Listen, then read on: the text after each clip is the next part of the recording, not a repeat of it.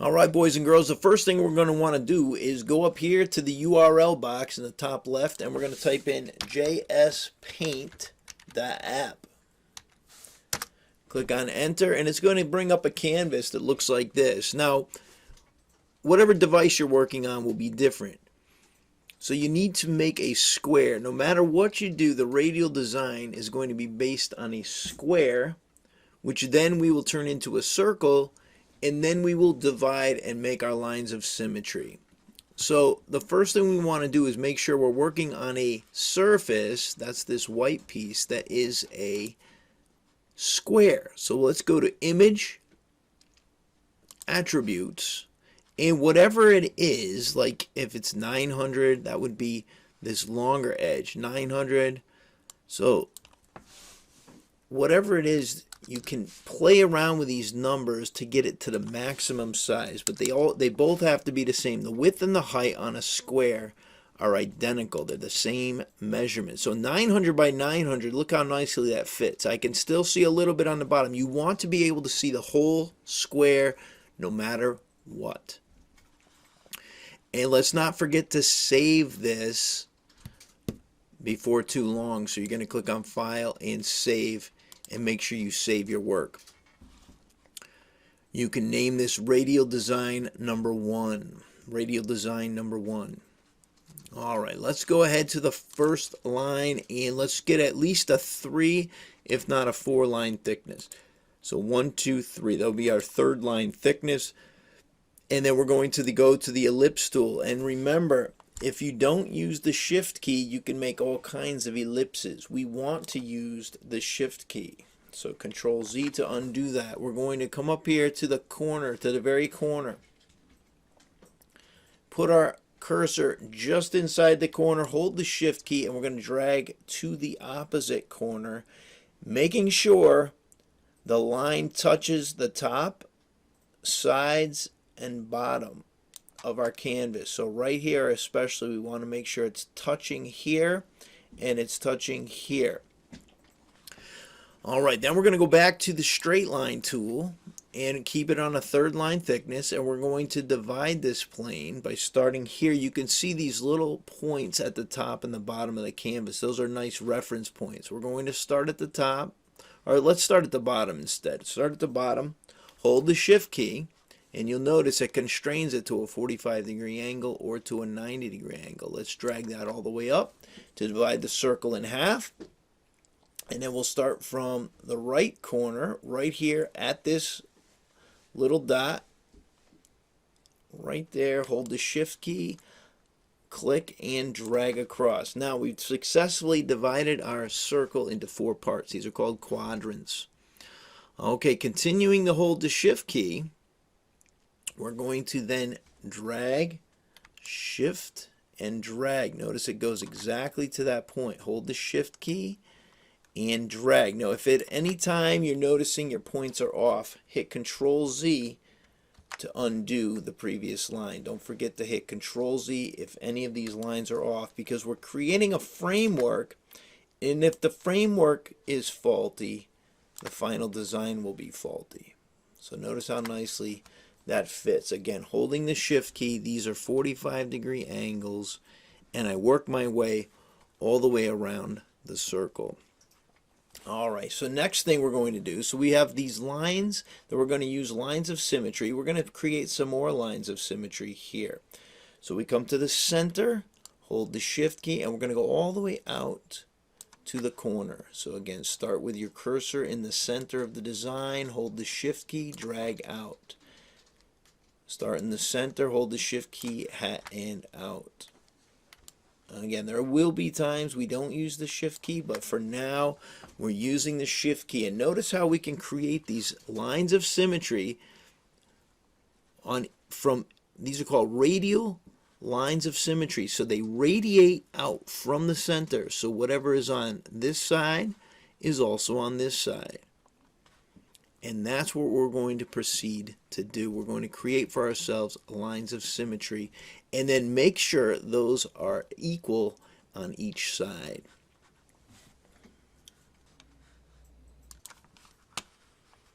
All right, continuing on. Now what we're going to do is we're going to identify this point where there's an intersection. Again, we're going to create, this will be a line of symmetry, as will this. Every line that radiates out will be a line of symmetry. So we're going to hold the shift key when we put our cursor right here in this intersection. Hold the shift key and notice how it goes perfectly to the next intersection. If you find that it's not going to the intersection, you might as well start over again at this point, because you haven't gotten too far, and you want to make sure you're starting with a perfect circle, that your first couple lines are exactly lined up with these points here, these quadrant points.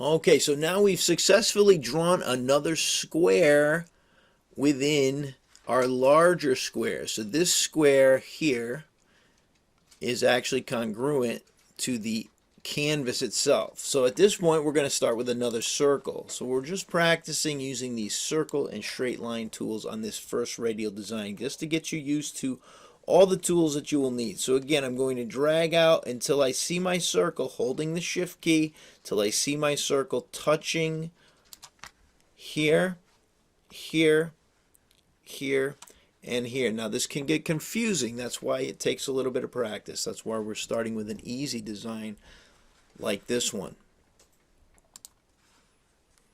All right, now we're going to draw another diamond shape, just like the one you see here.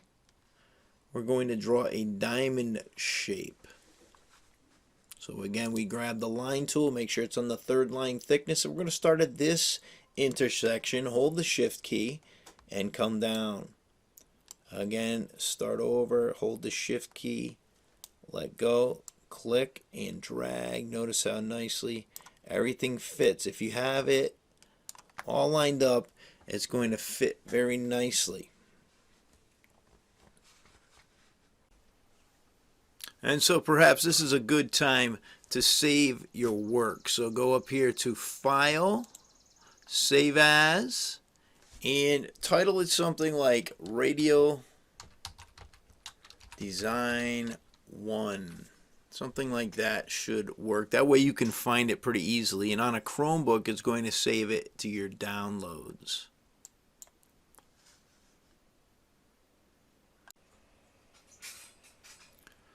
All right, so if we look carefully, what we can do is now find our new circle intersection here, where it intersects with these 45-degree lines coming off of the center. We can use that now, holding the shift key, to drag out a new square,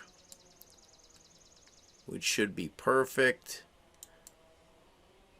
all the way around. So again, I'm holding the shift key, left clicking and dragging, so I've got my square, and then I could just repeat this. You could do this as many times as you really wanted to, and then starting from that square, holding the shift key, I select the ellipse tool, hold the shift key, which constrains it to a perfect circle. I come right to the corner and make sure there's no gaps if I can help it. I just might have to pull it just a slight bit further just to make sure there's no gaps right in here.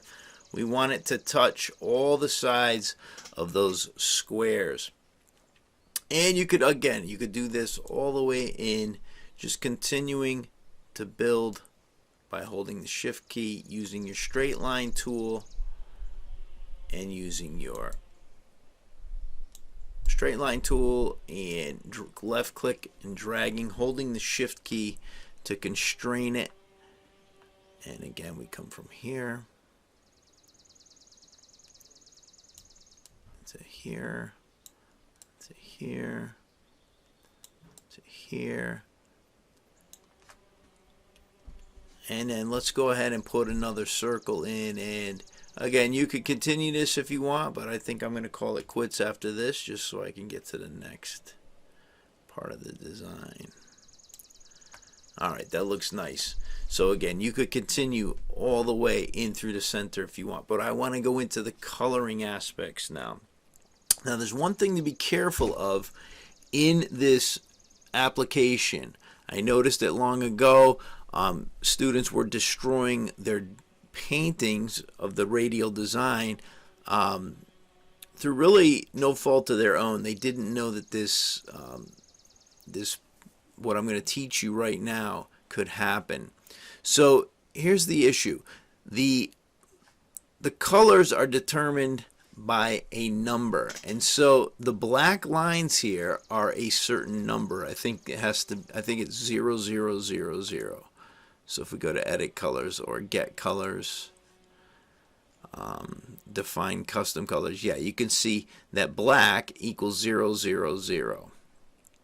Okay, as I move this, if I move this up, if it lets me move it up, yeah, if I move it up, what I can find is that, and it's not letting me move it, so I have to click, but you notice it changes. It still looks black, but it's just got a number here, so 888. Okay, and so let me tell you what happens if you don't change that. So let's say we're using the original color black, and I click here because I want to do an alternating color of black. Well, if I click on the wrong box, like let's say I didn't mean to click that box, and I try to change the color back to white, which is what students will try to do. They try to change the color white. The whole thing disappears because what you have done is you have you basically painted the whole thing white, because as soon as the computer recognizes the number 000 is in that space, it's going to take that number and change it to whatever the white number is. So everything that was connected to that black number gets changed to the white code.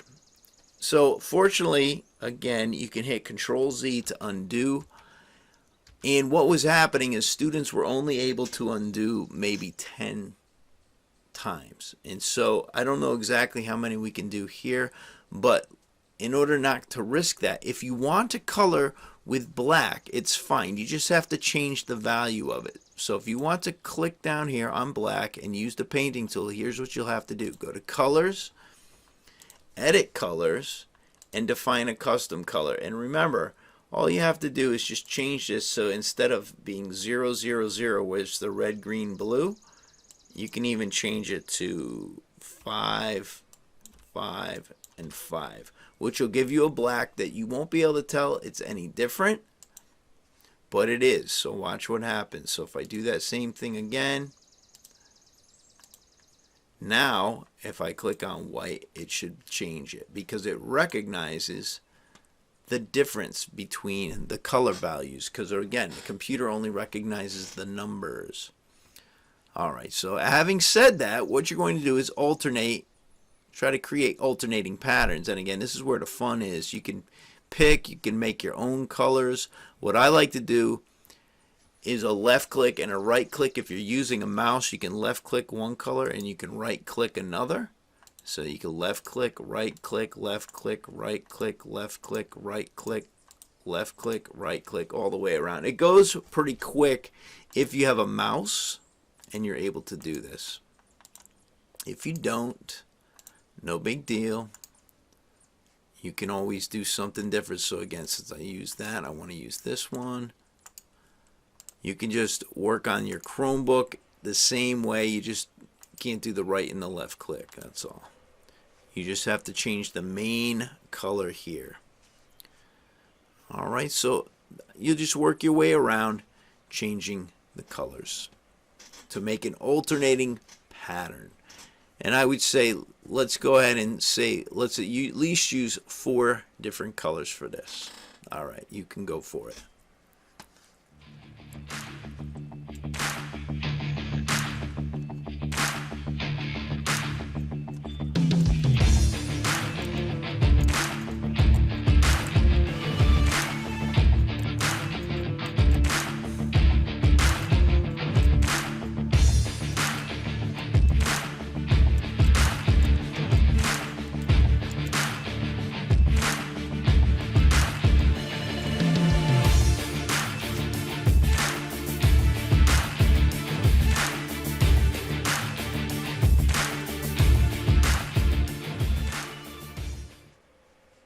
right, so when you're finished, you can go ahead and click on Save again, File Save, and it will download to your computer.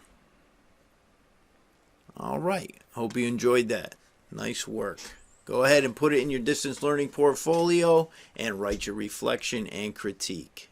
Tell me about what kind of troubles you ran into and how you solved them.